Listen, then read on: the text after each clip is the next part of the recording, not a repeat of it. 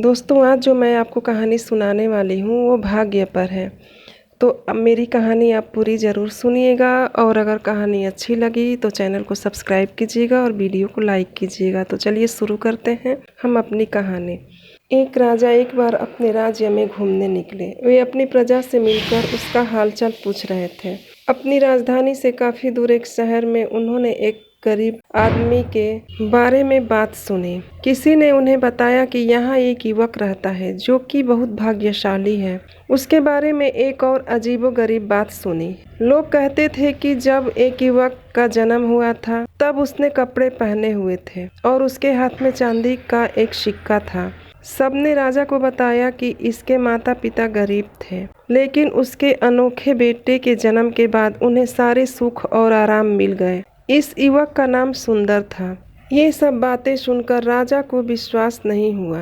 एक बात जिसने राजा को चिंता में डाल दिया वह यह थी कि एक ज्योतिष ने भविष्यवाणी की थी कि बड़ा होकर इस युवक का विवाह अपने राजकुमारी से होगा। राजा ऐसे ही किसी से भी तो अपनी बेटी का विवाह नहीं कर सकते थे ना, इसलिए वे सुंदर से मिलने उसके घर गए। उन्होंने सुंदर से कहा कि वे किसी भी भविष्यवाणी पर विश्वास नहीं करते। उन्होंने सुंदर को आज्ञा दी कि वह तुरंत उनका राज्य छोड़कर दूर चला जाए। राजा सुंदर से बोले, यह पत्र लेकर हमारी राजधानी जाओ, वहाँ रानी माँ को पत्र दे देना और उसके बाद वे जहाँ जाने को कहे चले जाना। सुंदर अपने राजा की बात मानकर तुरंत अपनी राजधानी की ओर चल दिया। रास्ता बहुत लंबा था। चलते चलते रात हो गई तो सुंदर ने सोचा कि कहीं रुककर रात बिताई जाए। उसने देखा कि सड़क के किनारे एक पुराना सा घर है।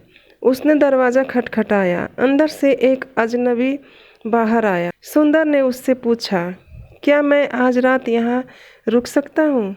अजनबी ने उसे इजाज़त दे दी। इस घर में कुछ डाकू रहते थे। जो व्यक्ति बाहर आया था वह असल में डाकुओं का सरदार था। रात को जब सुंदर सो गया तो डाकुओं ने सोचा कि उसका सामान लूट लिया जाए। जब वे उनके थैले की तलाशी ले रहे थे, उन्हें राजा का पत्र मिला। डाकुओं ने पत्र पढ़ा।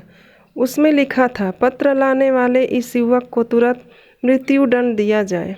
डाकुओं ने देखा कि सुंदर एक अच्छा लड़का है।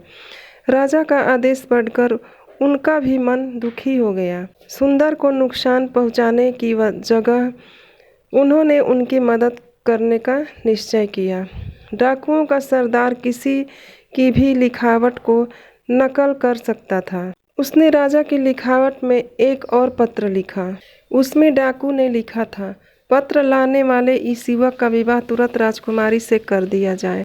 उन डाकुओं ने इस नए पत्र को ठीक उसी तरह सुंदर के थैले में रख दिया जैसे कि वह पहले रखा हुआ था। सुंदर यह पत्र लेकर राजधानी पहुंचा। राजा की आज्ञा के अनुसार उसका विवाह तुरंत राजकुमारी से कर दिया गया। जब राजा अपनी राजधानी वापिस पहुंचे तो ज्योतिषी की भविष्यवाणी सच हो चुकी थी। उन्हें भी मानना पड़ा कि सुंदर सच में भाग्यशाली है। उन्होंने सुंदर को अपना एक राज्य का राजा बना दिया। इस तरह गरीब सुंदर राजा सुंदर बन गया।